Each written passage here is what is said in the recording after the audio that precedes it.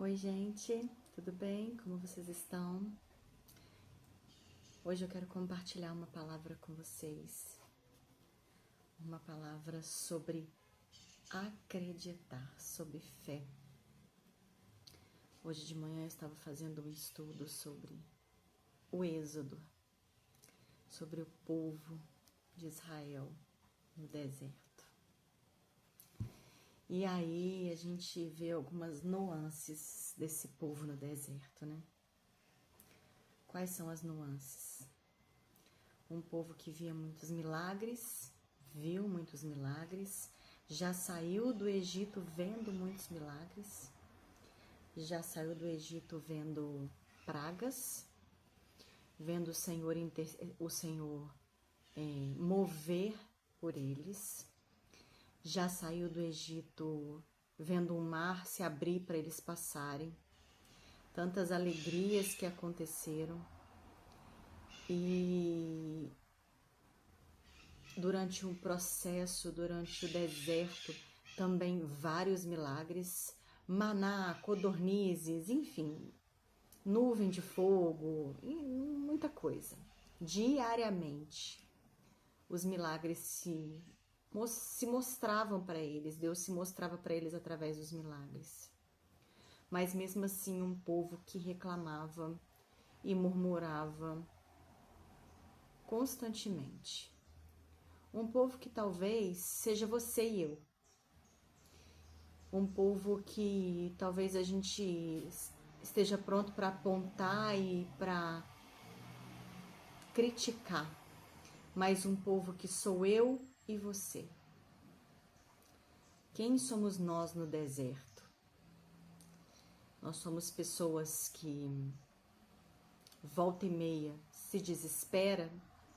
Talvez não blasfeme, talvez não reclame, mas volta e meia nós nos desesperamos.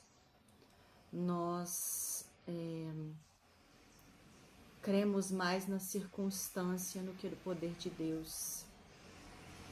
E aí dentro disso, duas situações acontecem. Será que o povo de Israel não conhecia o Deus que eles serviam? Conheciam. Eles estavam vendo os milagres todos os dias, mas eles sempre achavam que, na cabeça deles, agora, nessa situação, é demais para o nosso Deus. Nossa, Luiz, mas eu não penso assim. Quando a gente não crê, quando a gente duvida, é exatamente assim que a gente pensa. Nossa, mas esse problema é muito para o meu Deus. E aí a gente não olha só o Êxodo, né?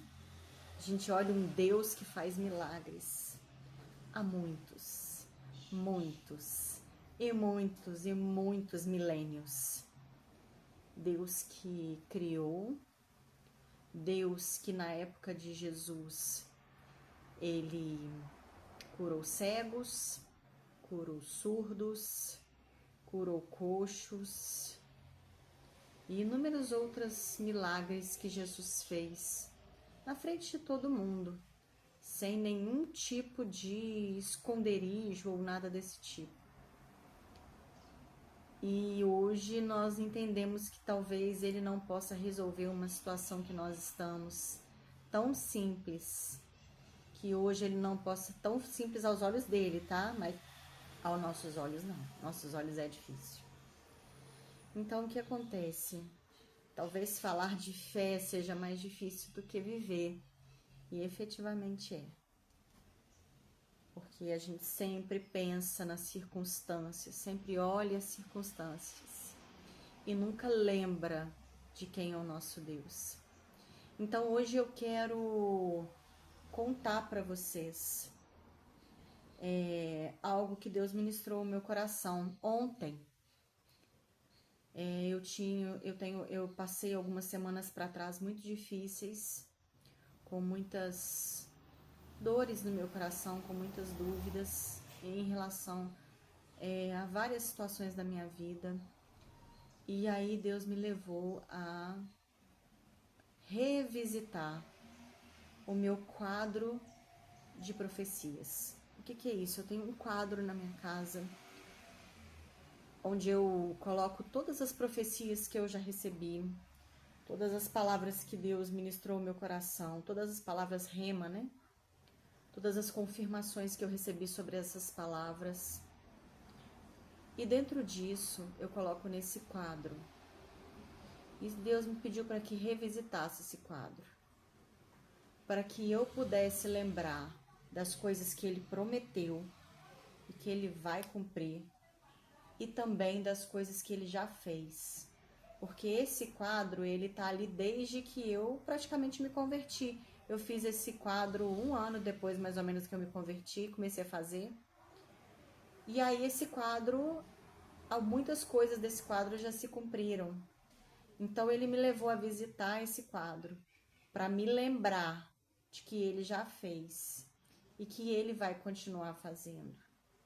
E aí esse estudo também que eu fiz de várias partes do Êxodo e também sobre as promessas nesse quadro, me fizeram lembrar de que o povo de Israel teve que passar por um processo. O deserto foi um processo. O deserto foi um molde de caráter para que eles pudessem viver a promessa. Quando Deus nos dá a promessa, nós não estamos prontos para viver aquela promessa. Nós precisaremos passar por um processo para nos adequar, nos limpar e nos libertar para que aquela promessa seja vivida. Quando o Senhor, por exemplo, dá uma promessa financeira, por exemplo, tá? Isso é só um exemplo porque, né, cada um vive uma realidade. Uma promessa uma situação de escassez que você tem hoje, mas o Senhor te dá uma promessa de abundância, de prosperidade efetiva. Por que você está nessa situação de escassez hoje? A gente sabe que cada um, conforme, né, os pecados ou as atitudes, cada um vive o que plantou, cada um colhe o que plantou. É a lei da colheita e a lei da semeadura e da colheita.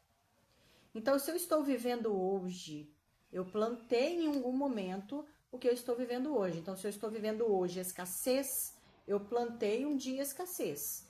Eu plantei escassez para viver escassez hoje. Ou eu plantei uma vida desregrada de dívidas, ou eu plantei uma vida desregrada de ganhos, né? Enfim, eu tinha, na época, poucos ganhos, na época da plantação, ou eu não dizimava, ou eu não ofertava, enfim, a gente plantou para estar vivendo a escassez, aspas, de hoje. E aí, nessa escassez, no meio dessa circunstância, Deus nos dá uma promessa. Uma promessa de vida próspera, de abundância. Só que eu tenho que mudar o modus operandi aqui para que eu viva lá, até a minha mente, para que eu viva lá na frente, ou para que eu viva em algum momento essa promessa do Senhor.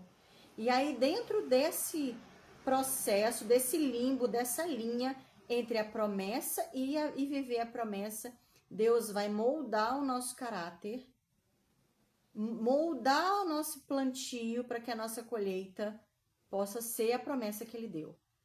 Deus não é injusto com ninguém e Deus não favorece ninguém porque não tem filho favorito. Então a lei da colheita e da semeadura funciona sempre. Sempre. Então, para que o povo de Israel pudesse colher e pudesse usufruir da forma certa de um Canaã, eles tiveram que sair mentalmente do Egito. Entende? Então, o processo do deserto foi esse. E talvez hoje você esteja passando por esse processo, como eu também estou. Passando por esse processo para entrar em Canaã, para entrar na promessa. Só que, a partir do momento que você chegou no limiar entre acabou o deserto e chegou o Canaã, a partir desse momento, os medos precisam ficar de lado. Porque você sai de um sofrimento conhecido, que é o deserto, que é a escassez, para entrar na abundância. Só que a abundância é desconhecida. Ai, mas a abundância é ótima. Entendi, mas ela é desconhecida. Muitas vezes a nossa mente, ela quer ficar no que ela já conhece. Mesmo que seja ruim, mesmo que seja escassez, mesmo que seja sofrimento, mesmo que seja dependência. Entende? A nossa mente quer ficar porque é um ambiente seguro. Então, o medo do desconhecido, ele te impede de avançar. Ele te impede de rodar Jericó. Ele te impede de avançar no rio. Rodar Jericó 7 vezes, o desconhecido, para que as muralhas sejam derrubadas. Então, hoje eu digo a você, deixe o desconhecido e avance para Jericó.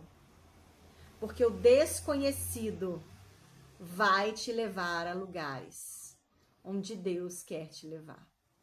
O desconhecido vai te oferecer o que Deus te prometeu. Deixe o conhecido, deixe o sofrimento confortável e avance para a promessa de Deus, em nome de Jesus.